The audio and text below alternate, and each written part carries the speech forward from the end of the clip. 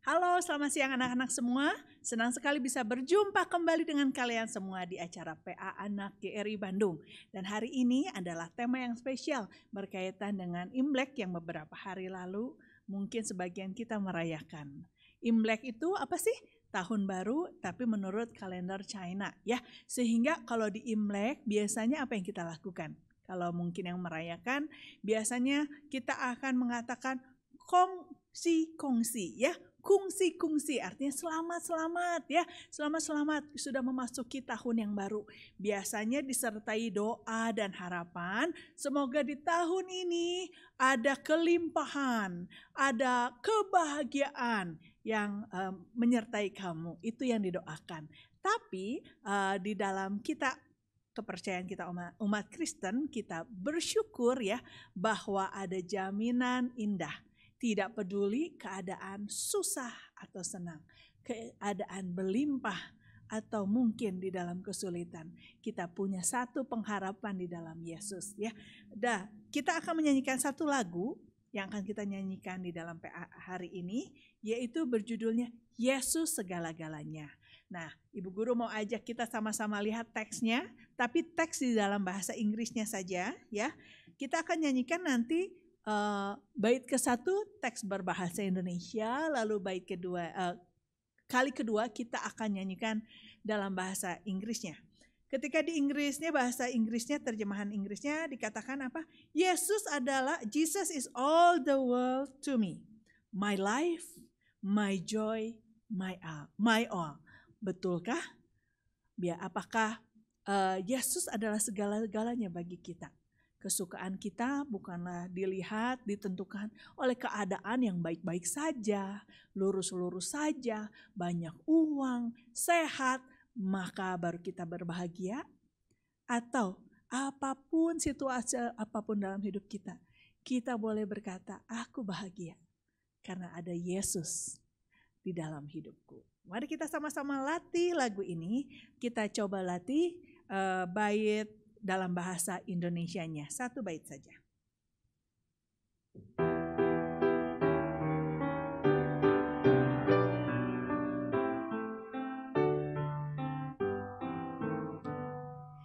Yesus segala-galanya, mentari hidupku, sehari-hari Dialah penopang yang teguh. Bila ku sedih dan susah, aku datang kepadanya, sandaranku, penghiburku, sobatku. Mari kita sama-sama berdiam diri, bersaat teduh sejenak.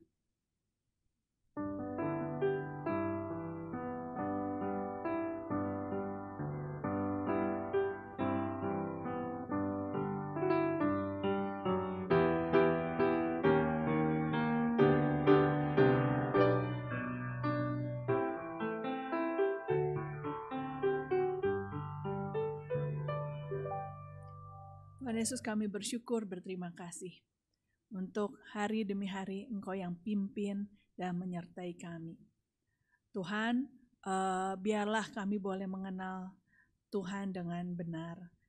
Biarlah di dalam setiap musim kehidupan kami, baik itu di saat kami senang maupun di saat kami susah, di saat kami berkelimpahan maupun di saat mungkin kami berkekurangan, di saat kami sehat maupun di saat kami sakit, kami boleh tetap melihat bahwa Tuhan tidak meninggalkan kami, bahwa ada tetap pengharapan tempat kami bersandar, yaitu Engkau. Tuhan tolong di dalam PA Anak hari ini kami boleh belajar banyak dari kebenaran firman Tuhan, membuat iman kami semakin berakar dan semakin kuat di dalam Tuhan, dan mendorong kami untuk kami boleh menghasilkan buah-buah dalam kehidupan kami, sehingga kami boleh menjadi berkat bagi banyak orang, bukan hidup untuk diri kami sendiri saja. Dalam nama Tuhan Yesus kami berdoa dan mengucap syukur. Amin. Anak-anak, mari kita memuji nama Tuhan dengan lagu Yesus segala-galanya. Kita nyanyikan pertama berbahasa Indonesia, lalu kemudian kita nyanyikan berbahasa Inggris.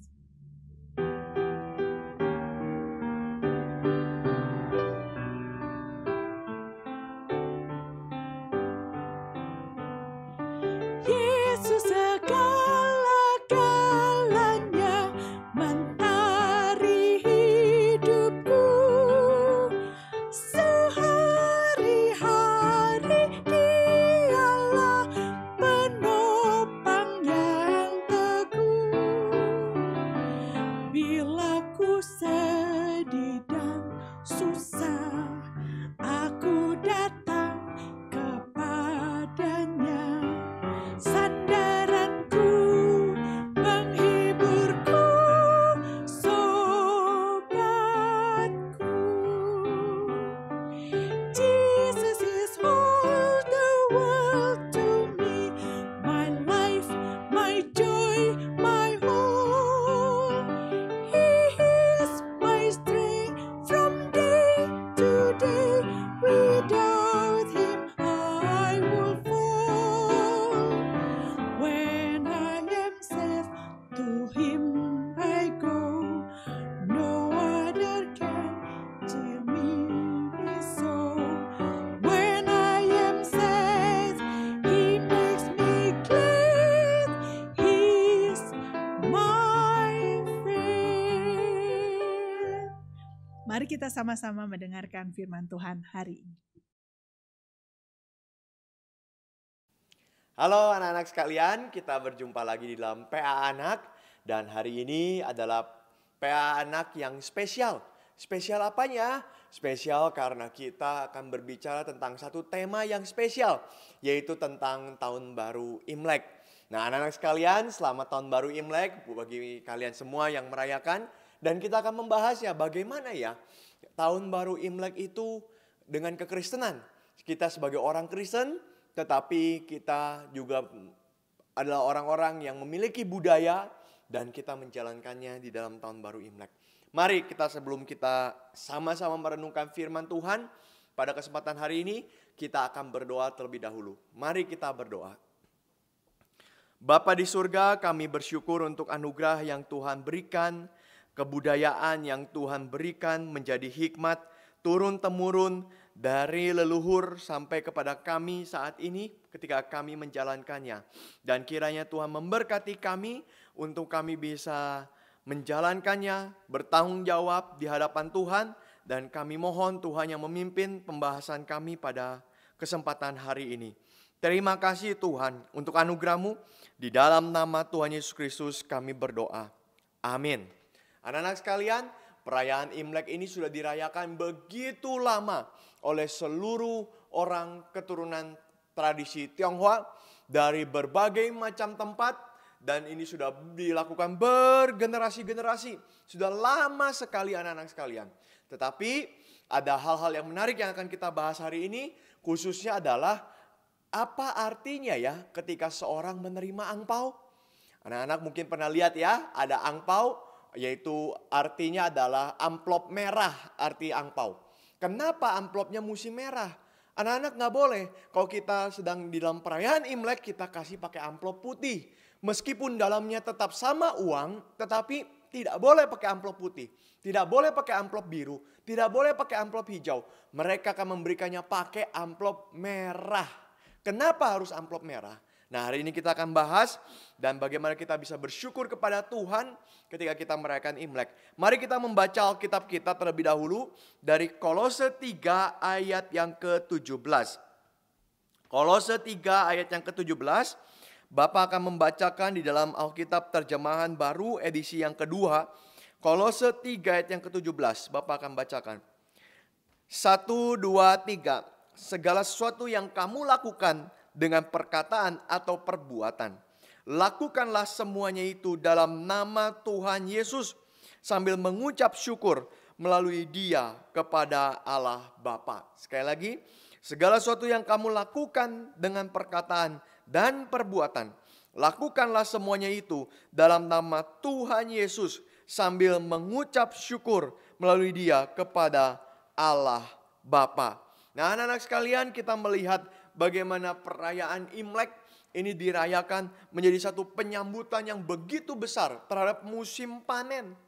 Musim di mana mereka bisa menuai begitu banyak.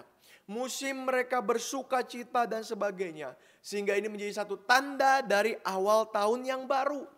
Nah, anak-anak sekalian, kalau kita melihat ketika mereka merayakan ini, mereka tidak hanya merayakan satu hari, tetapi mereka merayakannya sampai 15 hari. Sampai nanti ada yang disebut dengan hari Cap Gomeh. Jadi perayaan Imlek itu bukan hanya satu hari ya. Meskipun pemerintah memberikan libur hanya satu hari, karena tidak mungkin memberikan libur 15 hari, berbahaya sekali, bisa kacau ekonomi kita. Tetapi meskipun hanya satu hari, bukan berarti perayaan Imlek dirayakan hanya hari itu saja, tapi bisa 15 hari sampai perayaan Cap Gomeh dengan pesta dan sebagainya. Ada banyak hal yang kita bisa lihat dilakukan di dalam perayaan ini. Biasanya kita akan kumpul sama-sama makan dengan keluarga. Kita akan memakai baju warna merah. Bapak pernah bahas ya di tahun yang lalu. Kenapa seluruh perayaan Imlek itu harus pakai warna merah? Bapak pernah bahas di dalam tahun yang lalu. Dan kita juga biasanya pakai kyonghi, kungsi dan sebagainya. Ya, ada begitu banyak perayaan. Salah satunya dengan memberikan angpau. Anak-anak sekalian, kenapa ya orang memberikan angpau? Kenapa? Sebenarnya tradisi ini sudah dimulai sejak zaman dinasti Qin. Anak-anak, di China itu ada banyak sekali dinasti. Salah satu dinasti yang paling besar adalah dinasti Qin. Kemudian dinasti yang terakhir yang berakhir di tahun 1911 itu adalah dinasti Qing. Ini beda ya anak-anak. Dinasti Qin dengan dinasti Qing, ada G-nya di belakang, itu berbeda. Nah, yang Bapak sebut adalah dinasti Qin, yaitu di tahun 200-an sebelum Masehi. Pada saat itu mereka belum seperti sekarang ya, angpaunya pakai amplop merah dan sebagainya, tidak. Tapi mereka kumpulkan koin-koin. Koin-koin mereka itu biasanya tengahnya ada bolongnya, ada lubangnya ya. Mereka kumpulkan koin-koin itu, kemudian mereka ikat pakai benang warna merah. Dan mereka sebut ini sebagai ya sui qian. Ya sui qian itu berarti adalah uang keberuntungan yang diberikan kepada anak-anak untuk mengusir roh jahat, mengusir hal yang buruk di dalam kehidupan mereka. Sehingga anak-anak bisa bertumbuh, berkembang dengan baik. Dulu orang tua memberikan hal ini kepada anak-anak mereka, supaya mereka tidak kena apa yang disebut sebagai, orang zaman dulu bilangnya kena sial, kena sakit, kena hidup susah dan sebagainya. Nah, seiring waktu, koin ini akhirnya berubah menjadi uang di dalam angpau atau amplop warna merah ya. Jadi awalnya itu benang warna merah, anak-anak sekalian, diikat pakai benang warna merah. Tapi karena sekarang uang sekarang sudah tidak ada lagi bolong di tengahnya ya. Uang sekarang udah pakai uang kertas juga, maka anak-anak nggak bisa lagi diikat. Kalau diikat nanti uangnya robek. Maka akhirnya dia membentuk satu penyesuaian terhadap zaman sekarang, mereka masukkan ke dalam amplop warna merah. Nah, kenapa mereka harus memberikan uang ini? Kenapa mereka harus memberikan ya sui qian ini kepada anak-anak? Kenapa? Karena menurut legenda masyarakat waktu itu ya, ini cerita ya, ini tidak benar-benar ada, tapi ini yang dipercaya. Masyarakat waktu itu percaya kepada iblis jahat yang bernama Sui. Anak-anak, Bapak juga pernah bahas ini di tahun yang lalu ya. Sui ini iblis yang jahat. Iblis yang menurut legenda akan menyakiti manusia. Iblis yang akan menghancurkan manusia. Dan iblis ini muncul kepada anak-anak di malam tahun baru. Maka di malam tahun baru, di malam perayaan sebelum Imlek besoknya, biasanya iblis ini akan datang ke rumah-rumah. Kemudian dia bertemu pada satu anak yang sedang tidur. Anak ini akan disentuh kepalanya oleh iblis ini. Dan setelah itu apa yang terjadi? Ketika dia sudah disentuh, maka dia pergi. Waktu dia sudah pergi, pagi-pagi tiba, dan seterusnya anak ini lama-lama akan sakit. Dan akhirnya anak ini akan meninggal karena sudah disentuh oleh Sui, roh jahat ini. Akhirnya orang zaman dulu berpikir, Sui itu kan takut dengan warna merah. Maka akhirnya mereka lilit koin itu dengan benang warna merah. kemudian diletakkan di bawah tempat tidurnya dari anak itu, di bawah bantalnya anak itu. Jadi kalau anak mereka tidur, ada bantal, di bawah bantal itu ditaruh koin itu dengan lilitan benang warna merah itu, ditaruh di sana. Koin itu katanya akan bercahaya. Kemudian warna merah itu akan mengusir Sui pergi dan tidak disentuh oleh dia, anak itu. Sehingga kalau dia tidak disentuh, akhirnya apa? Ya dia tidak akan sakit. Dia akan bahagia. Kenapa kita bisa sakit? Karena disentuh oleh setan. Kenapa kita bisa susah hidupnya? Karena disentuh oleh setan. Tapi kalau setan tidak sentuh, maka kita akan bahagia, kita akan gembira, kita akan bersyukur dan sebagainya. Ini kepercayaan mereka ya anak-anak sekalian, bukan Alkitab. Jadi anak-anak sekalian nanti kita akan lihat Alkitab seperti apa. Mereka percaya seperti itu. Sehingga sejak saat itu tradisi selalu di tahun yang baru mereka dikasih angpau. Ini menjadi satu lambang. Mereka peduli kepada anak ini. Mereka gembira dengan anak ini. Mereka bersyukur dan biarlah anak ini bisa bertumbuh, bisa diberkati dan sebagainya. Maka angpau itu diharapkan menjadi satu datangnya keberuntungan, datangnya kebahagiaan bagi orang-orang yang menerimanya. Dan ini terus dilakukan tradisinya. Mereka memberikan angpau supaya mereka bisa diberkati. Dan di sisi yang lain, bagi orang tua yang memberikan angpau, orang tua itu juga bisa didoakan. Maka biasanya orang sebelum kasih angpau, orang bilang kyonghi, kyonghi, kyonghi. Kita mendoakan orang tua itu mendapatkan hidup yang sehat. Kita mendoakan orang tua itu mendapatkan kelancaran, kebaikan, dan sebagainya. Sehingga anak itu mendoakan orang tua itu mendoakan anaknya. Dan ini yang dilakukan secara tradisi turun-temurun. Nah anak sekalian, bagaimana dengan orang Kristen? Orang Kristen boleh nggak ya memberikan angpau? Orang Kristen boleh nggak ya menerima angpau? Orang Kristen boleh nggak ya melakukan tradisi seperti ini? Tentu anak-anak sekalian, kita bicara tradisi ini adalah tradisi yang bisa dilakukan, tetapi ada tapinya. Tapinya apa? Ada hal-hal yang kita tidak boleh percaya. Sekali lagi anak-anak sekalian ya, boleh nggak ya? Boleh. Tetapi ada hal-hal yang kita tidak boleh percaya. Yaitu apa? Salah satunya adalah kita tidak percaya angpau itu akan memberikan keberhasilan. Kita tidak percaya angpau itu akan memberikan kesuksesan. Kalau saya dapat angpau, saya bisa sehat. Kalau saya dapat angpau, saya bisa sukses. Kalau saya dapat angpau, saya bisa jadi anak yang baik. Saya bisa bertumbuh menjadi manusia yang baik dan sebagainya. Tidak. Kita tidak percaya hal itu menjadi semacam jimat. Jimat itu apa? Kalau ada hal itu, saya dapat keberuntungan. Kalau nggak ada hal itu, saya mungkin dapat hal yang sial. Tidak, bukan seperti itu. Dan yang kedua, kita tidak percaya angpau itu menolak setan. Kita tidak percaya angpau itu membuat setan pergi, roh jahat pergi. Tidak. Kenapa bisa demikian? Karena di dalam surat Kolose yang baru kita baca tadi anak-anak sekalian, Paulus di sini mengemukakan satu tema yang sangat penting. Yaitu apa? Bahwa segala sesuatu itu dikuasai oleh Kristus. Kita bisa lihat dengan jelas di dalam Kolose 1 ayat yang ke-16 sampai 17. Bapak akan bacakan. Kolose 1 ayat yang ke-16 sampai 17. Demikian. Karena di dalam Dialah telah diciptakan segala sesuatu. Yang ada di surga dan yang ada di bumi. Yang kelihatan dan yang tidak kelihatan. Baik singgasana maupun kerajaan. Baik pemerintah maupun penguasa. Segala sesuatu diciptakan melalui Dia dan untuk Dia.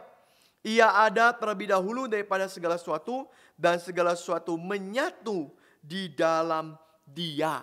Anak-anak perhatikan ya. Dia yang menciptakan segala sesuatu.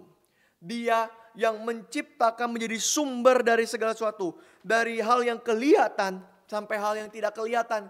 Dari hal yang berbau, hal yang bisa kita pegang secara fisik, sampai hal yang spiritual. Segala sesuatu berasal dari siapa? Dari Allah kita. Kristus yang pegang semuanya. Kristus yang pelihara semuanya. Kristus yang topang semuanya. Maka anak-anak sekalian kita bisa lihat. Yang pertama, dari kalimat ini kita bisa lihat yang pertama apa? Tidak ada hal yang tercipta lebih tinggi daripada Kristus. Sekali lagi anak-anak sekalian. Di dalam dunia ini ada banyak sekali hal yang Tuhan ciptakan kan. Banyak sekali. Dari hal-hal yang kita bisa lihat. Seperti pemandangan, seperti tumbuh-tumbuhan, seperti binatang. Sampai hal-hal yang begitu besar. Yaitu planet-planet, bintang-bintang, matahari dan sebagainya. Banyak sekali hal diciptakan oleh Tuhan. Tapi Bapak mau tanya, adakah hal-hal tersebut lebih pintar, lebih hebat, lebih jenius daripada Tuhan kita? Tidak. Manusia pun bahkan dikatakan sebagai gambar rupa Allah. Sebagai puncak kulminasi, titik puncak dari ciptaan. Sebagai mahkota dari ciptaan. Tidak bisa lebih hebat dari Tuhan. Tidak bisa menandingi Tuhan. Tidak ada ciptaan yang lebih tinggi, lebih besar dari Tuhan. Sebab segala sesuatu berasal dari Tuhan. Anak-anak, ada satu lagu yang mengatakan, siapa buat hutan? Saya tidak bisa. Siapa buat hutan? Hanya Tuhan saja. Manusia bisa buat? Tidak bisa. Hutan di dunia ini beratus-ratus ribu hektar. Banyak sekali, besar sekali. Manusia bisa buat semua? Tidak bisa. Manusia bisa buat lautan? Tidak bisa. Manusia bisa buat gunung? Tidak bisa. Manusia bisa membuat satu hal yang menyerupai lautan. Danau buatan menyerupai lautan. Tapi airnya dari mana? Airnya dari Tuhan. Manusia tidak bisa buat air sendiri. Manusia tidak bisa menciptakan apapun sendiri. Karena semuanya berasal dari siapa? Tuhan. Maka ini hal yang pertama. Kalau Kristus menciptakan segala sesuatu, berarti tidak ada apapun ciptaan lebih tinggi dari Tuhan. Yang kedua adalah tidak ada hal baik apapun di luar Allah. Bapak mau sama-sama kita merenungkan dari Kejadian pasal yang pertama ayat yang ke-31. Dikatakan seluruh ciptaan sungguh amat baik. Kenapa bisa dikatakan sungguh amat baik? Karena ciptaan itu berasal dari Tuhan. Ciptaan ini baik. Kenapa bisa dikatakan ciptaan ini baik? Apakah pada dirinya sendiri ciptaan ini baik? Tidak. Apakah ciptaan ini bisa melakukan hal yang baik pada sendirinya? Tidak. Maka kenapa ciptaan ini bisa baik? Karena bersumber dari Tuhan. Anak-anak sekalian, kalau kita melihat ada satu produksi dari barang. Dari pabrik A. Maka pabrik A itu kasih cap stempel. Kemudian di dalam barang dari pabrik A ini punya karakter-karakter yang baik sesuai apa? Sesuai dengan apa yang dipikirkan oleh pabrik itu. Kenapa hal ini bisa baik? Apakah ini terjadi sendirinya? Tidak. Karena ada pabrik itu yang merancang supaya hal ini bisa baik. Dan itu yang terjadi kepada manusia. Menciptakan satu hal. Kenapa bisa baik? Karena manusia desain hal ini untuk menjadi hal yang baik. Tapi hal ini bisa dapat dari mana? Bukan manusia yang buat. Manusia bisa buat plastik? Tidak bisa. Plastik itu ada bahan bakunya. Ada bahannya, mentahnya. Bahan mentahnya dari siapa? Manusia bisa buat? Tidak bisa. Semua berasal dari Tuhan. Maka ciptaan ini baik. Karena Allah yang mencipta. Bukan yang lain. Maka ini hal yang kedua.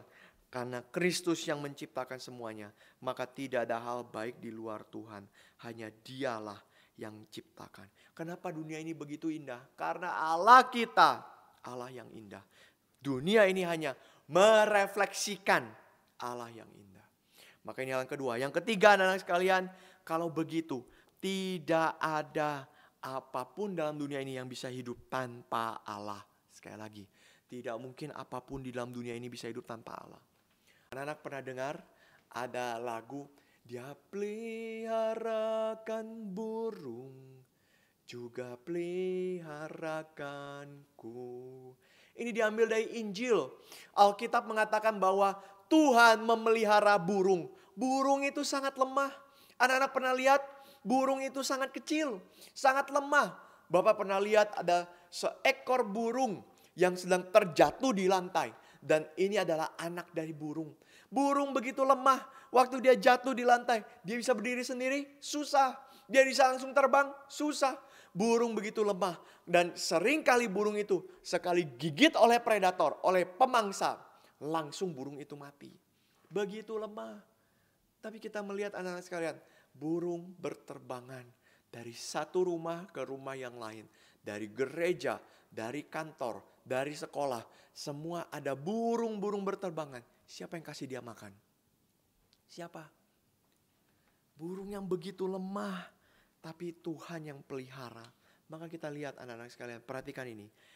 Bahkan yang paling lemah sekalipun, bila dia dipelihara oleh Allah, maka hidupnya akan terjaga. Sekali lagi anak-anak sekalian, yang paling lemah sekalipun, kita lihat burung, kita lihat cacing, kita lihat binatang-binatang yang paling lemah sekalipun, yang paling kecil sekalipun. Kalau Tuhan pelihara, hidupnya akan terjaga. Tetapi anak-anak sekalian, yang paling kuat sekalipun, tanpa Tuhan, semua tidak ada gunanya. Banyak orang-orang besar, orang-orang hebat, orang-orang yang berjuang luar biasa. Dia menaklukkan banyak daerah, tapi hidupnya tanpa Tuhan. Maka dia bisa apa? Dia bisa menaklukkan daerah, tetapi dia tidak hidup selamanya.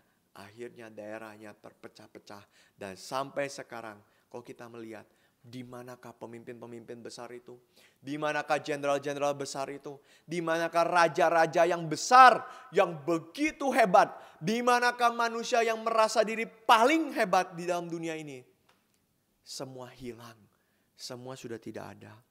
Tetapi orang-orang yang berpegang kepada Tuhan, namanya tetap diingat dan tetap dikenang oleh Tuhan sendiri. Maka anak-anak sekalian, kita bisa melihat, karena begitu besar anugerah Tuhan, begitu besar kuasa Tuhan pada seluruh ciptaan, maka manusia tidak boleh dan tidak perlu bergantung pada yang lain. Kita perlu bergantung pada benang merah? Tidak perlu. Buat apa? Kita perlu bergantung pada uang? Tidak perlu. Karena semuanya dipelihara sama Tuhan. Bukan uang itu yang mengusir setan, bukan. Bukan benang merah itu yang mengusir setan, bukan. Bukan amplop merah itu yang mengusir setan, bukan. Semuanya dipegang oleh siapa? Yang paling berkuasa hanya Tuhan. Bukan yang lain.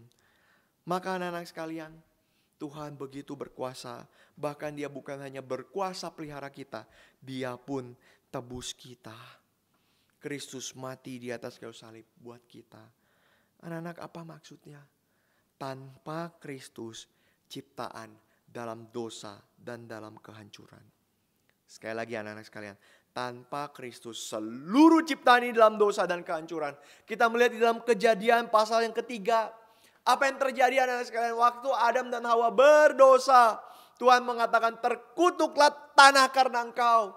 Bukan hanya Adam dan Hawa yang berdosa, bukan hanya Adam dan Hawa yang jatuh dalam dosa dan dihukum oleh Tuhan, tetapi seluruh ciptaan pun memiliki kena dampak dari dosa itu. Maka kita melihat anak-anak sekalian, ada kejahatan, ada kematian, ada hal-hal yang tidak sesuai dengan rencana Tuhan. Ciptaan ini dipakai untuk saling hancurkan satu sama lain. Manusia ketemu kayu yang begitu bagus dari pohon. Dia ambil kayu itu, dijadikan apa? Tombak untuk bunuh orang lain. Dia ambil kayu itu, dijadikan apa? Dijadikan busur panah itu untuk dia tembak orang lain. Dia menemukan besi berasal dari alam, besi ciptaan dari Tuhan. Manusia pakai besi itu untuk apa? Dijadikan tank untuk hancurkan rumah orang. Dijadikan bom untuk ledakan tempat di mana ada orang tinggal. Maka anak-anak sekalian, kita melihat dunia ini dipakai oleh manusia yang berdosa, bukan untuk mempermuliakan Tuhan. Kenapa Tuhan ciptakan seluruh dunia ini? Dia mau seluruh dunia ini menjadi simbol kemuliaan Tuhan, simbol keindahan Tuhan, simbol kasih Tuhan. Tapi anak-anak sekalian, bagaimana itu bisa menjadi simbol kasih Tuhan kalau itu dipakai untuk membenci orang lain? Kalau itu dipakai untuk menyusahkan orang lain? Kalau itu dipakai untuk membuat orang lain menderita? Bagaimana itu bisa menjadi simbol dari kemuliaan Tuhan? Ada anak-anak yang pakai bukunya buku dipakai untuk apa? Belajar. Buku dipakai untuk apa? Dibaca. Tapi anak-anak dipakai bukunya, dia pukul orang lain. Dia pukul kepala temannya pakai buku. Maka kita melihat anak-anak sekalian, dunia ini penuh dengan kerusakan akibat dosa. Tetapi Kristus datang, dia menebus kita, dia mati bagi kita, dan dia bangkit. Maka ketika Kristus bangkit, dia pulihkan seluruhnya. Dimulai dari mana? Manusia. Manusia yang jahat, manusia yang egois, manusia yang menolak Tuhan. Sekarang jadi manusia yang taat pada Tuhan. Sekarang jadi manusia yang mempersembahkan hidupnya bagi Tuhan. Maka kayu itu yang bagus tidak lagi dipakai untuk tusuk orang, untuk bunuh orang. Tapi kayu itu yang bagus dipakai untuk menjadi biola yang begitu indah. Diukir menjadi satu lukisan yang begitu indah. Lukisan yang begitu agung, lukisan yang begitu baik. Kenapa ini bisa terjadi? Karena Kristus tebus kita. Tanpa Kristus tebus kita, mana ada kita punya hati untuk mempermuliakan Tuhan? Ya mungkin. Tanpa Kristus tebus kita, kita tidak mungkin punya hati untuk persembahkan bagi Tuhan. Tapi kita hanya punya hati untuk diri kita. Kita ambil, kita raup semua. Kita jadikan semua milik kita. Dan kita merasa diri puas bisa kendalikan seluruh apa yang kita miliki. Maka anak-anak sekalian, Kristus tebus kita. Dengan cara apa? Dia menjadi yang sulung. Artinya apa? Yang pertama. Siapa ya yang menjadi tanda yang pertama ini? Kristus. Dia bangkit. Dia yang pertama dibangkitkan. Dia bangkit. Dia yang pertama menunjukkan tubuh kemuliaan yang baru. Pemulihan dari Tuhan dan sebagainya. Maka akhirnya setelah dia bangkit, apakah dia bangkit sendiri? Tidak. Kristus bangkit yang pertama. Setelah itu orang percaya, orang Kristen satu persatu bangkit, termasuk kita. Termasuk semuanya. Dan karena itu kita dipulihkan oleh Tuhan. Sehingga maut, dosa, setan sudah dihancurkan oleh Tuhan. Maka orang Kristen ketika menerima akan hal ini, kita ditopang, kita dipelihara, kita dijaga, kita dikuasai oleh Tuhan. Masa sih kita hanya hidup senang-senang bagi diri kita? Masa sih kita hanya hidup senang-senang bagi apa yang kita mau? Tidak. Hidup kita harus berubah. Berubah bagaimana? Bukan jadi orang aneh bagi dunia. Hidup saya harus berubah. Saya harus mengutamakan Kristus. Maka akhirnya saya masuk ke gua. Saya bertapa di gua. Oh, Tuhan Yesus bertapa di gua. Seperti itu? Bukan. Itu bukan berubah buat Tuhan. Bukan. Apa artinya hidup yang berubah? Artinya mulai hari ini kamu hidup mempermuliakan Tuhan di bumi.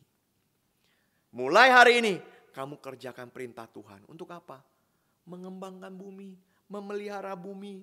Bagaimana saya bisa mengembangkan bumi? Bagaimana saya bisa memelihara bumi? Ikut teladan daripada Kristus. Jangan lupakan Injil. Maka Injil dan budaya ini harus bersatu, anak-anak sekalian. Apa maksudnya bersatu? Kita kerjakan kebudayaan dengan terang Injil Tuhan. Sekali lagi, seluruh kebudayaan bisa kita kerjakan dengan terang Injil Tuhan. Artinya apa? Kita mengerjakan kebudayaan itu berpatokan kepada Injil. Injil mengajarkan pada kita apa yang menyenangkan hati Tuhan. Maka kita harus jalankan hal itu. Injil menjelaskan bagaimana ada hal-hal yang berdosa yang tidak membuat senang. Kita tidak boleh jalankan itu. Dan ini yang disebut dengan menebus kebudayaan itu. Maka ketika kita masuk, kita menebus kebudayaan itu. Kita bawa pemikiran Injil, kita bawa dampak dari Injil ke dalam budaya. Hal ini akan membuat komunitas orang Kristen mengerjakan budaya yang berkenan di hati Tuhan. Anak-anak seperti lilin yang kecil. Anak-anak kalau matikan lampu kamar. Kamar di malam hari begitu gelap. Anak-anak nyalakan satu lilin. Lilin itu meskipun kecil, dia akan bersinar. Menyinari seluruh ruang itu. Dan ada terang yang muncul. Demikian juga dengan kebudayaan. Anak-anak siapa yang bisa menebus kebudayaan itu kembali kepada Tuhan? Tuhan mengatakan itu punyaku. Segala hal yang baik punya Kristus. Segala hal yang diciptakan Tuhan punya Kristus. Siapa yang mau bawa balik, kembalikan hal itu. Ambil itu dari setan, dari dosa, dari kejahatan, dari maut. Ambil itu, bawa kembali kepada Tuhan. Siapa yang mau mempersembahkan itu? Orang Kristen. Gak ada yang lain. Maka anak-anak sekalian, kalau kita menjalankan hal itu akan membawa damai bagi hidup kita. Anak-anak, apa artinya damai? Di dalam Kolose 3 ayat yang ke-15 dikatakan, hendaklah damai sejahtera Kristus memerintah dalam hatimu, karena untuk itulah kamu telah dipanggil di dalam satu tubuh, dan bersyukurlah. Anak-anak bisa lihat di sini ya. Kita dipanggil dalam satu tubuh, artinya apa? Kita dipanggil bersatu dengan siapa? Kristus. Itulah damai. Kalau hidup kita berpusat kepada Kristus. Seluruh ciptaan ini kita bawa, kita persembahkan untuk apa? Kemuliaan Tuhan. Maka apapun yang kita lakukan, Paulus katakan di sini, kamu bawa itu buat Tuhan. Bukan buat ego kita, bukan kita yang berkuasa, tapi Kristuslah raja segala raja. Kita punya raja paling agung, paling indah, paling berkuasa, paling luar biasa dalam dunia ini. Dan kita harus hidup taat, menyembah kepada Dia, berfokus kepada Dia. Kita hidup bagi Dia, sebab Dia sudah berkorban bagi kita. Maka sekali lagi, ketika Paulus katakan apapun yang kamu lakukan, lakukan di dalam nama Kristus. Artinya apa? Artinya adalah kita sadar, kita berespon sungguh-sungguh kepada Dia. Bahwa apapun yang kita dapat, semua dari Tuhan. Mungkin gak kita dapat hal yang bukan dari Tuhan? Tidak.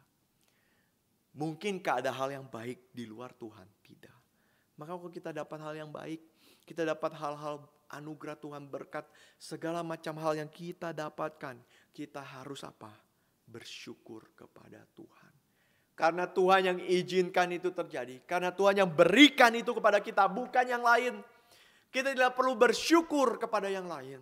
Kepada setan, kepada yang lain. Tidak. Dan yang kedua adalah anak-anak. Segala hal ini juga diberikan kepada kita. Dari siapa? Tuhan. Ini diberikan kepada Tuhan. Maka kalau kita memberikannya kepada Tuhan, kita harus taat kepada Tuhan. Bisa gak kita mempersembahkan kepada Tuhan hal yang berdosa? Saya mau ujian, saya persembahkan ujianku kepada Tuhan. Tapi di dalam ujian saya menyontek.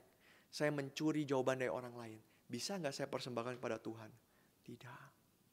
Kalau engkau mau persembahkan kepada Tuhan, kau harus ikut kepada apa yang menyenangkan hati Tuhan. Baru engkau bisa persembahkan itu kepada Tuhan. Saya mau ujian ini buat Tuhan. Maka apa yang saya lakukan? Saya harus belajar mati-matian. Saya tidak boleh menyontek karena ini buat Tuhan. Tuhan tidak senang menyontek dan sebagainya. Anak-anak sekalian, kita tidak mungkin kan ambil satu kue, kemudian kue itu kita tekan, kue itu sudah hancur, kemudian kita bilang, Papa, aku mau kasih kue karena aku sayang sama Papa. Ini kuenya, Pak. Aku sudah hancurkan kue itu, saya kasih sama Papa. Bisa tidak kasih seperti itu? Tidak bisa. Maka anak sekalian, sekali lagi harus ikut apa yang Tuhan inginkan. Dan yang ketiga adalah kita lakukan itu untuk kemuliaan Tuhan. Motivasinya kita lakukan itu bukan buat saya. Saya mau kasih persembahan ini, kenapa? Supaya saya diingat sama Tuhan. Tuhan ingat ya, saya kasih persembahan sama Tuhan. Bukan. Saya mau kasih persembahan ini kenapa? Supaya papa mama saya senang. Saya bakal kasih sama Tuhan. Bukan. Tapi saya mau kasih ini kenapa? Karena saya mengasihi Tuhan. Saya mau Tuhan dipermuliakan. Maka anak-anak sekalian, dari Tuhan kepada Tuhan, untuk Tuhan.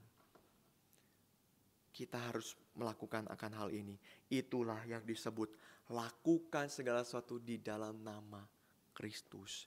Maka sekarang kita sudah melihat konsep yang sangat penting. Lalu bagaimana waktu kita berbicara mengenai angpau? Ada 3 hal yang kita bisa lakukan. Dari apa yang Bapak sudah jelaskan. Maka aplikasinya dalam hidup kita ada 3 hal. Anak-anak sekalian. Yaitu apa? Yang pertama. Tebus tradisi ini di dalam Tuhan. Buang hal yang berdosa.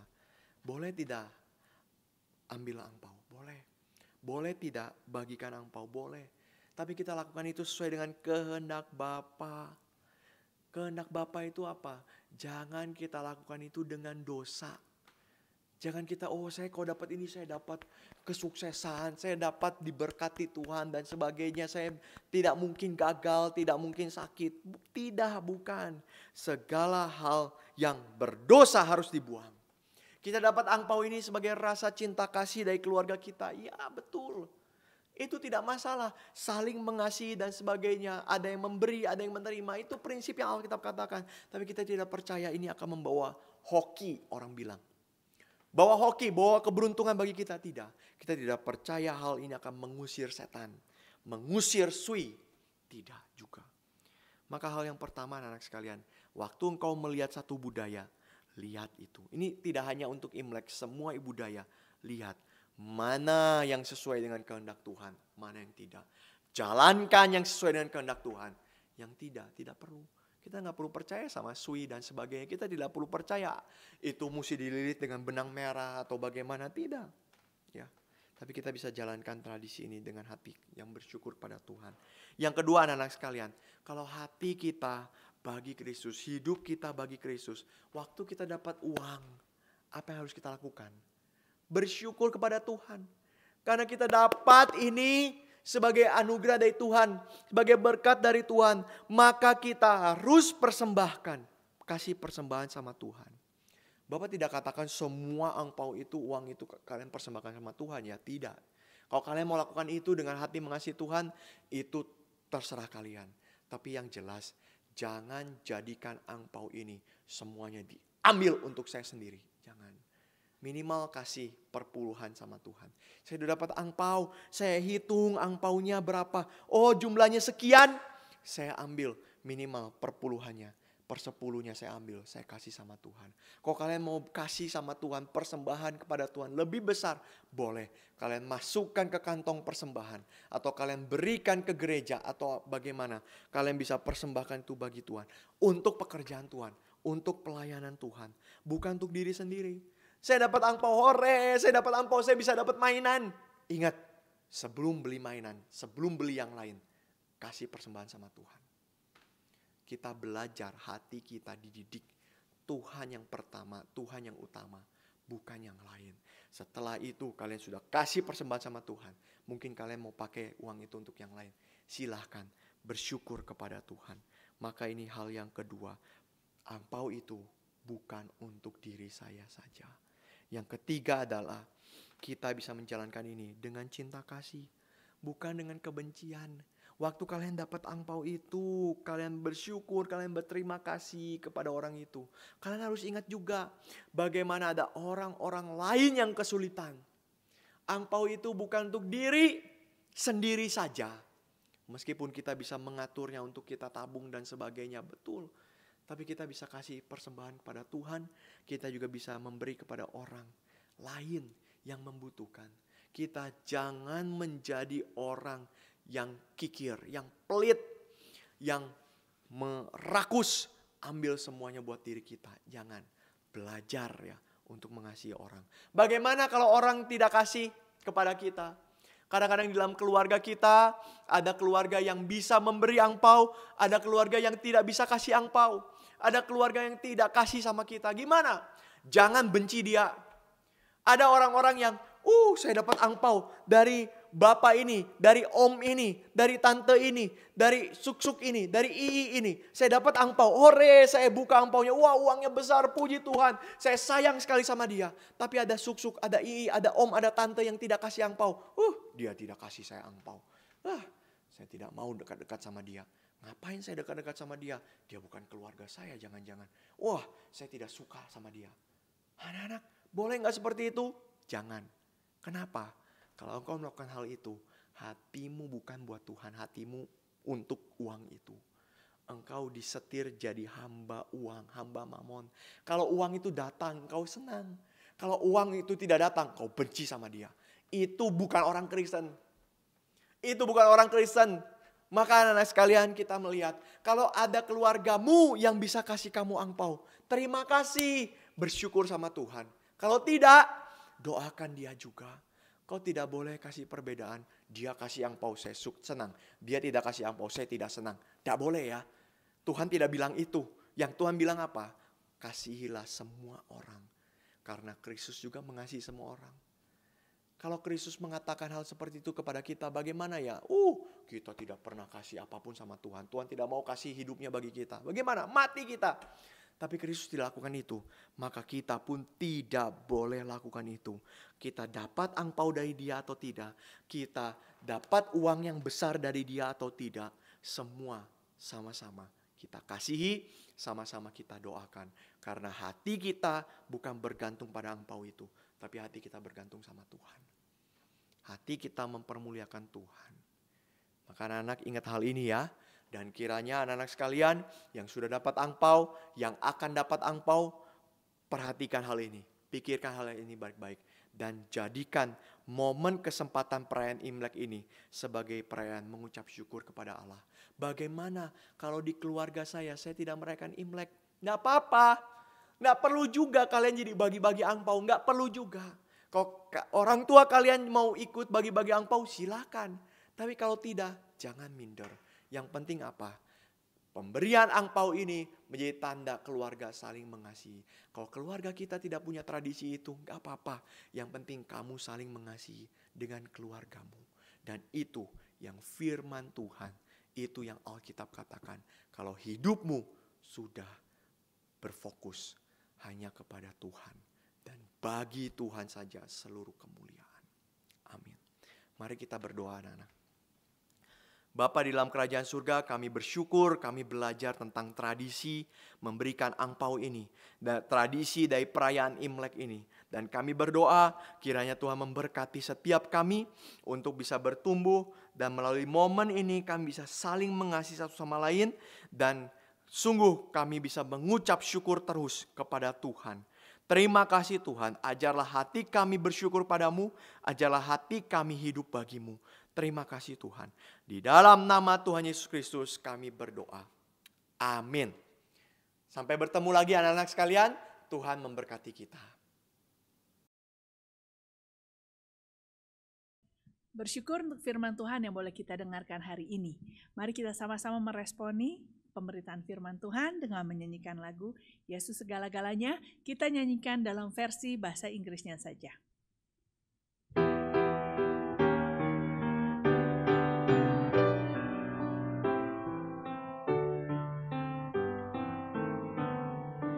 Jesus is all the world to me, my life, my joy, my hope. He is my strength from day to day. Without Him I would fall. When I am sad, to Him I go. No other one can cheer me so. When I am sad, He makes me glad. He's my friend. Sekian PA Anak kita hari ini. Biarlah firman Tuhan yang boleh kita dengarkan hari ini membuat iman kita semakin kuat berakar di dalam Dia. Sampai jumpa minggu depan. Bye.